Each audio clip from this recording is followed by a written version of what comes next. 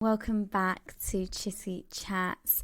Thank you, all of you who are supporting Chitty Chats and listening in. Also, those of you who have voted for Chitty Chats on the British Podcast Awards. That is highly appreciated.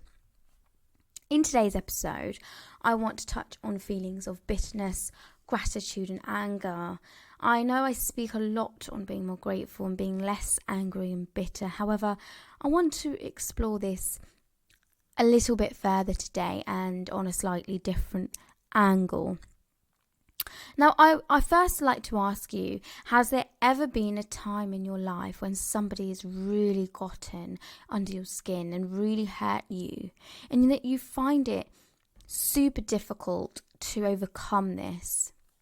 If the answer to that is yes, I can tell you that you are not alone.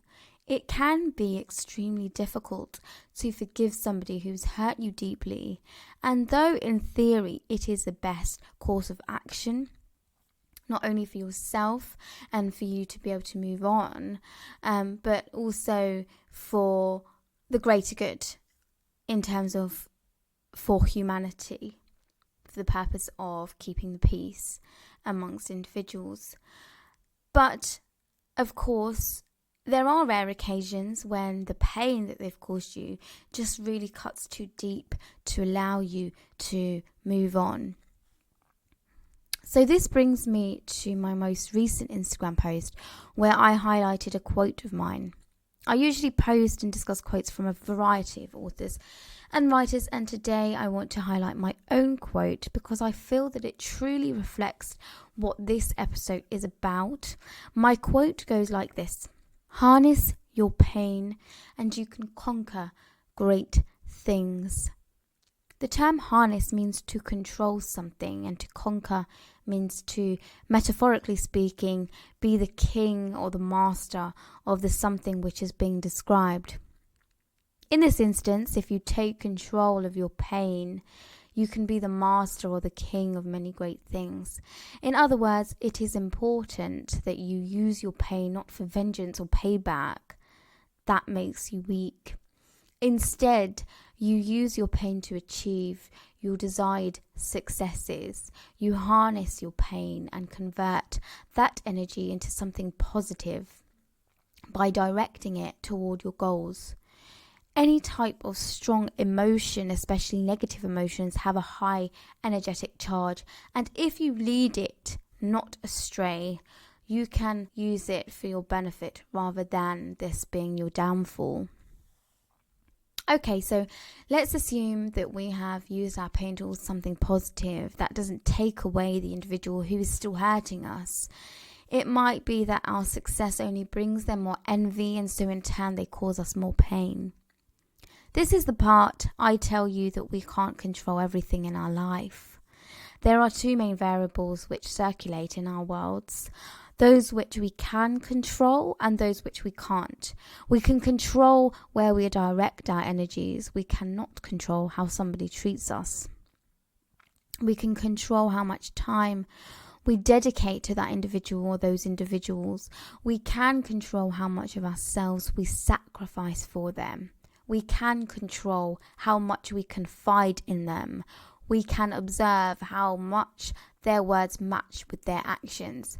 We cannot control how much they enjoy our company. We cannot control how much we annoy them or how much they resent us. It's okay to not be able to control everything, but it's not okay to be mistreated. And that is why, even though this is a power struggle, it is not for power that you are retaliating the way which you are. It is for self-preservation. You are not retaliating in a malicious or spiteful way, but you are building a clear barrier between you. You aren't chasing something which does not belong to you. You are holding and maintaining integrity. You are showing strength. You are being the bigger person. You are shielding the most delicate parts of yourself. You might wonder why you can't just walk away unless you're in a position that you can't. So for anybody who doesn't understand, there are some people in your life that you just can't walk away from. Okay, so now I want to give you an example of an experience of mine within the working environment and how I allowed an individual to get the better of me, rather than being able to use some of the tools within this podcast episode to drive my success and overcome those challenges. So I was working for a company in which I was doing very well at, and there was somebody at this particular workplace who, for whatever reason, did not like me and consistently treated me bad and tried in many ways to bait me out, to make me react in a negative way, instead of me creating some distance between us and showing them that I'm not going to fight them. I'm going to remain integral. I'm going to just be myself no matter what you do. I rose to their negative behaviour, and in turn it made a lot of the people around us lose respect for me. In the end, I left that company, and in hindsight now, I know that if I could have just focused my energy, use that negative energy, but focused it towards my success to help me drive even more sales, because this was at the time a sales role. I've always been in sales anyway. And already, I was doing well. But if I had focused that energy into my work in order to support me drive that momentum and just even more success, I would have probably still been there and maybe in a way better position career-wise than maybe what I am now.